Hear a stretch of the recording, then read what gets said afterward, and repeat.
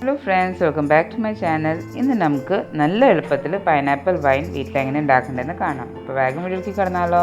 നമുക്ക് caramel syrup ഉണ്ടാക്കാൻ വേണ്ടിയിട്ട് നമ്മളൊരു പാൻ ഗ്യാസിൽ വെച്ചിട്ടുണ്ട്. ഇതിലേക്ക് 3 സ്പൂൺ പഞ്ചസാര ഇട്ടിട്ടുണ്ട്. പഞ്ചസാര മെൽറ്റ് ആകുമ്പോൾ നമുക്ക് ഇതിലേക്ക് ഒരു ബ്രൗൺ കളർ വരാൻ തുടങ്ങും. ആ സമയത്ത് നമുക്ക് ഒരു 3 സ്പൂണ് വെള്ളം കൂടി ഒഴിച്ചിട്ട് ഇതൊന്ന് തിളപ്പിച്ചെടുക്കാം. നമ്മുടെ സിറപ്പ് തിക്കാവാണ്ടിരിക്കാൻ വേണ്ടിയിട്ടാണ് നമ്മളൊന്ന് വെള്ളം ഒഴിക്കേണ്ടത്. ഇത് നമുക്ക് ഇനി ഒന്ന് തണുക്കാനായിട്ട് വയ്ക്കാം. ഇപ്പോൾ നമ്മളൊരു ബൗളിൽ 1/2 സ്പൂണ് ഈസ്റ്റ് ഇട്ടിട്ടുണ്ട്. ഇതിൻ്റെ ഒപ്പം തന്നെ 1/2 സ്പൂൺ പഞ്ചസാരം കൂടി ഇട്ട് കൊടുക്കാം. ഇനി നമുക്ക് ഒരു 1/8 കപ്പ് ഇളം ചൂടുള്ള വെള്ളം കൂടി ഒഴിച്ചിട്ട് ഇത് 10 മിനിറ്റ് മാറ്റി വയ്ക്കാം. വേറൊരു പാനിൽ നമ്മൾ 500 ml വെള്ളം എടുത്തിട്ടുണ്ട്. ഇത് തിളച്ചതിന് ശേഷം നമുക്കിത് ചൂടാനായിട്ട് മാറ്റി വയ്ക്കാം. നമ്മളൊരു ചില്ലുകുപ്പിയാണ് എടുത്തേക്കുന്നത്. ഇത് നന്നായി ക്ലീനാക്കി ഡ്രൈ ആക്കി എടുത്ത ചില്ലുകുപ്പിയാണ്. ഇതിലേക്ക് നമുക്ക് പൈനാപ്പിൾ 1 കപ്പാണ് വേണ്ടത്.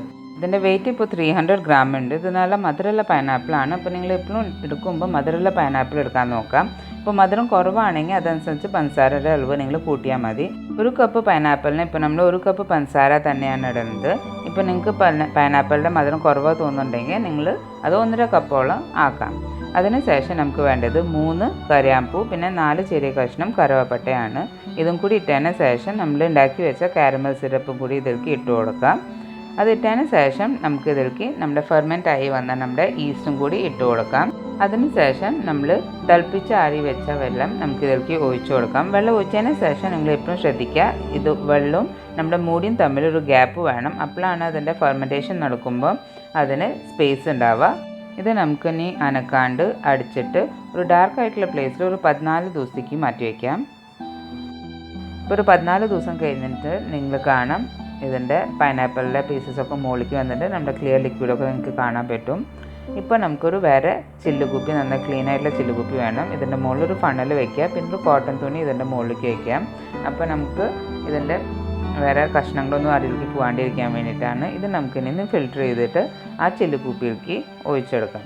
ഇനി ഈ ചില്ലുകുപ്പി നമുക്കൊന്ന് അടിച്ചിട്ട് 2 ദിവസം അനക്കാണ്ട് ഒരു ഡാർക്ക് പ്ലേസിൽ തന്നെ എടുത്ത് വയ്ക്കാം. ഇപ്പോൾ 2 ദിവസം കഴിഞ്ഞിട്ട് നിങ്ങൾക്ക് ഇത് കാണാം, ഇതിൻ്റെ കളർ വ്യത്യാസം കാണാൻ. അതിൻ്റെ ബാക്കിയുള്ള സെഡിമെൻറ്റേഷനൊക്കെ താഴെ വന്നിട്ടുണ്ട്. ഇത് നമുക്കിനി നല്ല കനം കുറഞ്ഞൊരു ഫിൽറ്റർ എടുത്തിട്ട് നമുക്ക് ഇതിൽ നിന്ന് ഫിൽറ്റർ ചെയ്തെടുക്കാം. ഇത് ഫിൽറ്റർ ചെയ്ത് എടുക്കുമ്പോൾ ഇതിൻ്റെ അടിഭാഗത്ത് ഒരു കട്ടയായിട്ടുള്ള സെഡിമെൻറ്റ് ഉണ്ടാവും, അത് എടുക്കാണ്ടിരിക്കാൻ ശ്രദ്ധിക്കുക. ഇത് നമുക്ക് മാറ്റി വയ്ക്കാം.